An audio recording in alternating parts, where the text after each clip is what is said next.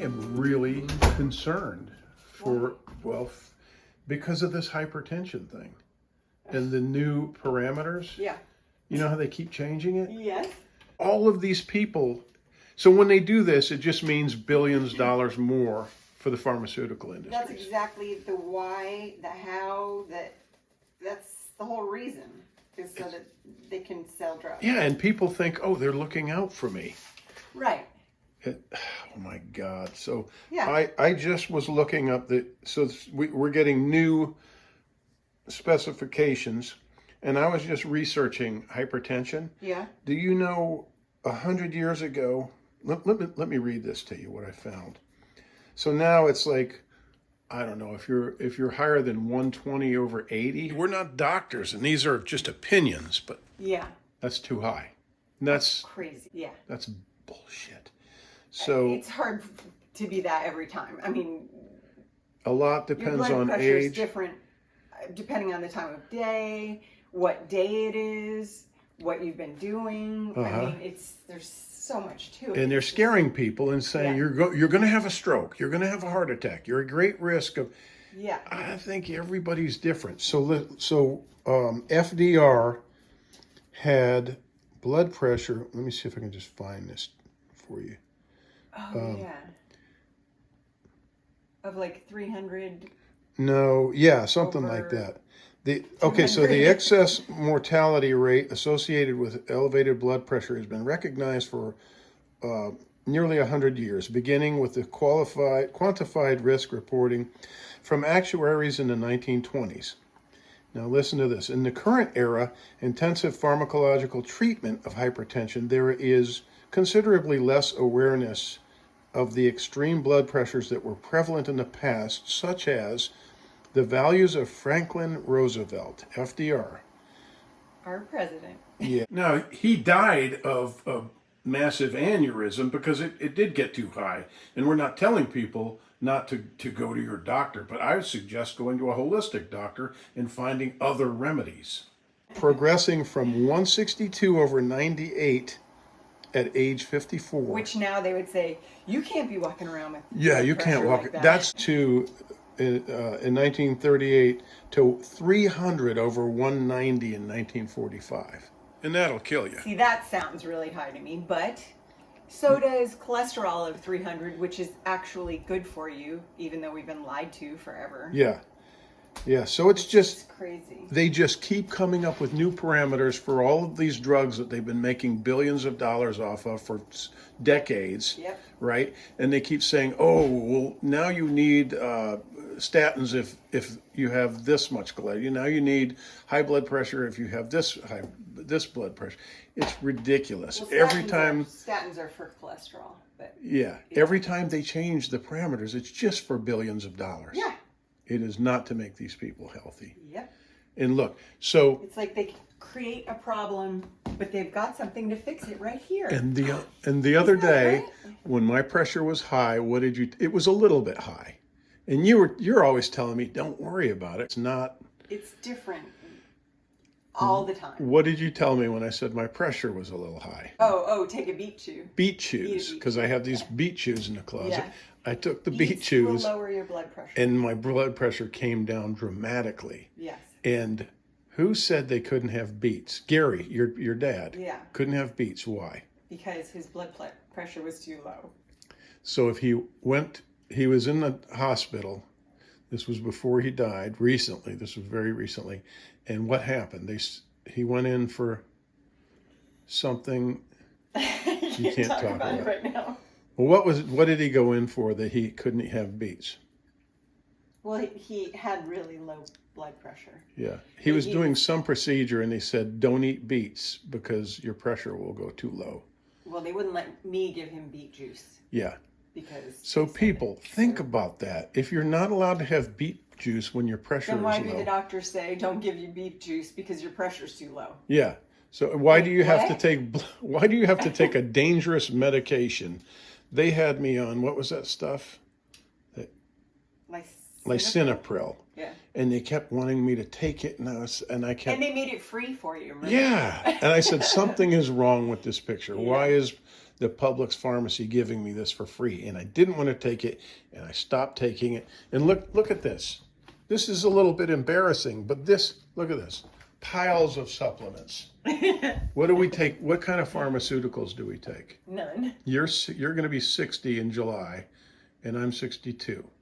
Knock on wood. We don't. All we take are supplements. Yeah. So and cholesterol, the biggest lie of them all. We need cholesterol. Our brains are made of cholesterol. So when you strip that away, you start to get Alzheimer's, dementia, all kinds of. Are you making problems. me tea or you tea? I'm making us tea. Oh, okay. Let me have a sip of that. So we've been preaching this stuff for decades, right? And now it's becoming mainstream, but still people are falling for the Because BS. the doctors are still being taught Yeah. that you have to have People low blood pressure and go to go to homeopathic doctors. Stop with the allopathic. My advice. We're not doctors. We're not giving medical advice. We're just bitching and moaning about fact versus reality. And when you see it, you see it. And what you need to see is that the pharmaceutical companies, the pharmaceutical industry, they don't care about you. They don't care about you. To get your money. They want your money. Anything. They want a bunch of sick people so they can still keep. And they sit around in boardrooms and they say, we need more people with high blood pressure. Well, let's lower the stats. Yeah. Let's say they've got it. Let's just tell them they have it. Can we do that? We've always done it. We keep lowering it every 10 years or 20 years. Now, once you know that, then you look at everything else differently. And you start to realize, oh my gosh, they've been lying about this. They've been lying about that. I was talking. Eat margarine instead of butter. Cuckoo. That was a sin. That was a crime against humanity that they did that. That's crazy. So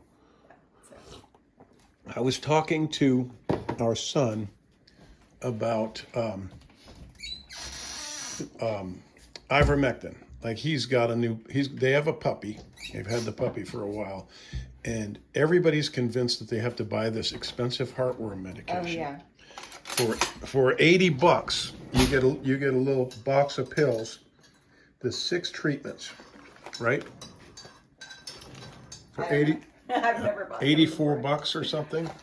And that will last you for 6 months. So you're talking like roughly $75 for a year. I buy this ivermectin horse paste. I just buy this brand because it's the most innocuous as far as added ingredients. But the active is ivermectin. I used to get those for about $12. Now I think they're 13 or 14. That's enough for my dog for a year, right? So why do we need to spend? He's a big guy. Why do we need to spend $175 or whatever for a medication that's in the handy little? Because well, and sometimes that can cause side effects because it's got other things added to it.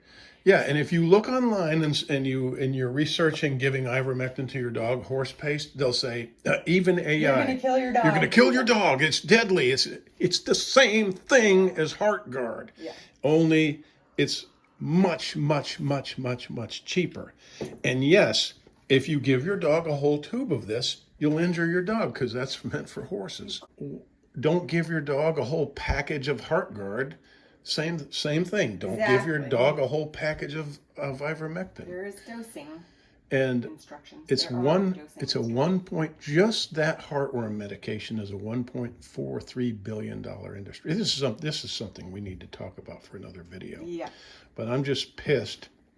I'm very excitable today because I keep hearing about the new blood pressure specifications. When I was born, 140/90 was normal blood pressure. Now 130/80 is high blood pressure.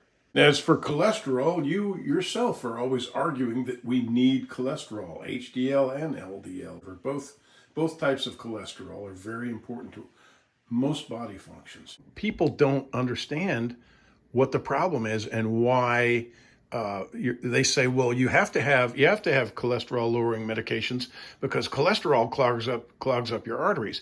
Not so fast. Yeah. What people need to understand is what?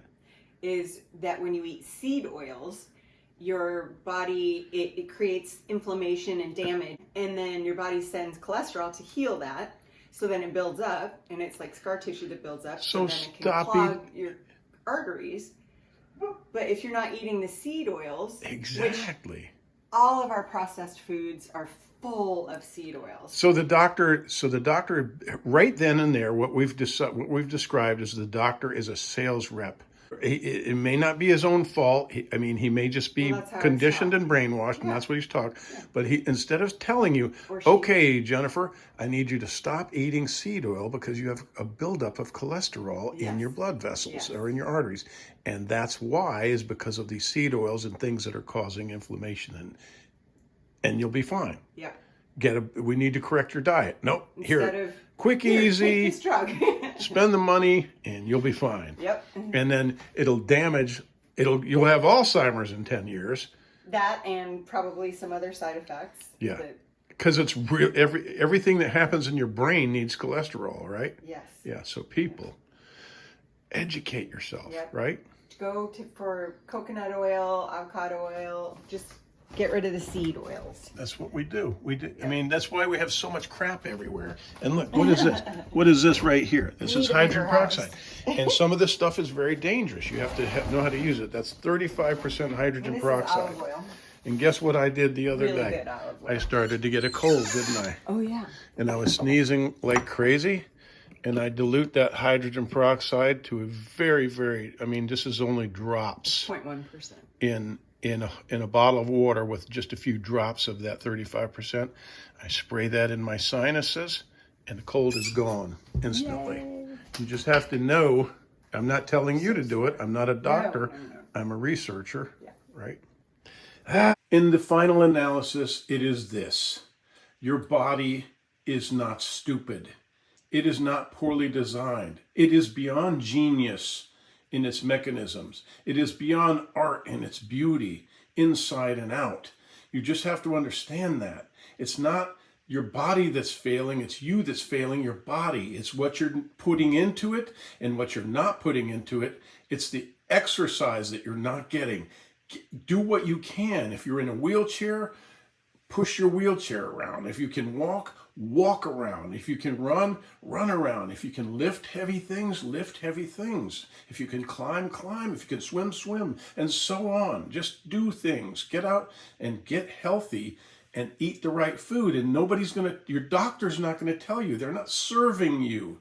If you go to a holistic doctor, they will tell you if they're a good holistic doctor. Most allopathic doctors some of them are very good at what they do when you need them to put you back together. But generally, they are sales reps for pharmaceutical companies. And when that clicks in your head, your life will be forever changed. All right, everyone, stay tuned for the next video. Because I got more. We'll get another part of the story. More stuff that I'm pissed about. And I want to go in depth about the ivermectin scam. So we'll talk soon.